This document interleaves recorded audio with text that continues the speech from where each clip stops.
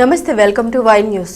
అమరావతి రాజధాని చట్టబద్ధత బిల్లును ఉభయ సభలు ఆమోదించిన నేపథ్యంలో నక్కపల్లిలో హర్షాతిరేక వాతావరణం నెలకొంది.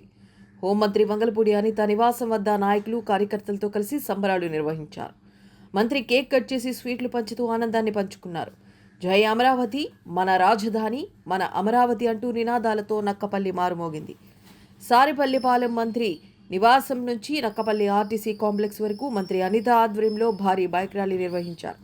ఈ ర్యాలీలో వందలాది మంది నాయకులు, కార్యకర్తలు పాల్గొని జాతీయ జెండాలు, ప్లక్కార్డులతో ఉత్సాహంగా నినాదాలు చేశారు. అనంతరం నక్కపల్లిలోని డాక్టర్ బిఆర్ అంబేద్కర్ మరియు స్వర్గీయ ఎన్టీ రామారావు విగ్రహాలకు మంత్రి పూలమాలలు వేసి నివాళులర్పించారు. ఈ సందర్భంగా మంత్రి అనిత మాట్లాడుతూ, ఈరోజు చరిత్రలో నిలిచిపోయే రోజని, గత 5 సంవత్సరాల్లో అమరావతి తీవ్రంగా అణచివేతకు గురైందన్నారు. ఎన్డీఏ ప్రభుత్వం వచ్చిన తర్వాత అమరావతికి పునర్జీవం లభించిందని చెప్పారు. 10 ఏళ్ల నిరీక్షణ తర్వాత అమరావతి రాజధానికి చట్టబద్ధత వచ్చిందని తెలిపారు. అమరావతి కోసం 1600 రోజుల పాటు రైతులు పోరాటం చేశారని, వారు అనేక ఇబ్బందులు, అవమానాలు ఎదుర్కొన్నారని పేర్కొన్నారు. ఈరోజు ఆంధ్రప్రదేశ్ ప్రజలందరూ గర్వంగా చెప్పుకునే రోజు అని అన్నారు.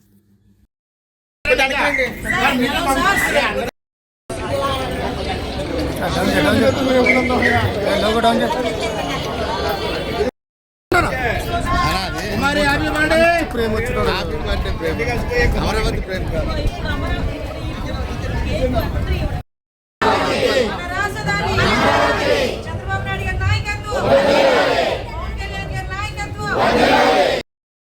జై మోడీ గారు, అనుపమ నాయకత్వం, మన రాజధాని, మన రాజధాని, మన జై అమరావతి, జై అమరావతి, జై అమరావతి, జై అమరావతి, మన రాజధాని,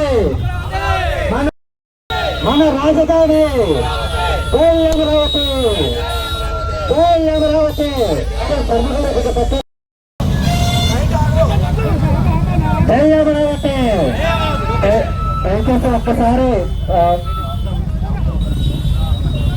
అమరావతి రాజధాని ఎప్పుడు డిక్లేర్ అయింది, ఎప్పుడు చట్టబద్ధత వచ్చిందంటే ఏప్రిల్ 2వ తారీఖు మేమందరం సంబరాల్లో పాల్గొన్నామని ఇక్కడున్న ప్రతి ఒక్క నాయకుడు, ప్రతి ఒక్క కార్యకర్త, ప్రతి ఒక్క ఆంధ్రప్రదేశ్ పౌరుడు కూడా గర్వంగా చెప్పుకునే రోజు.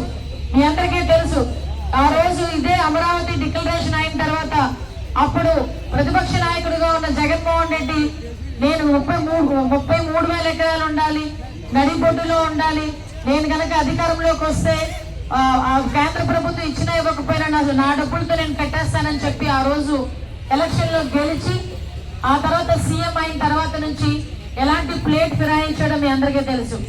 ఆఖరికి ఎంత దౌర్భాగ్యం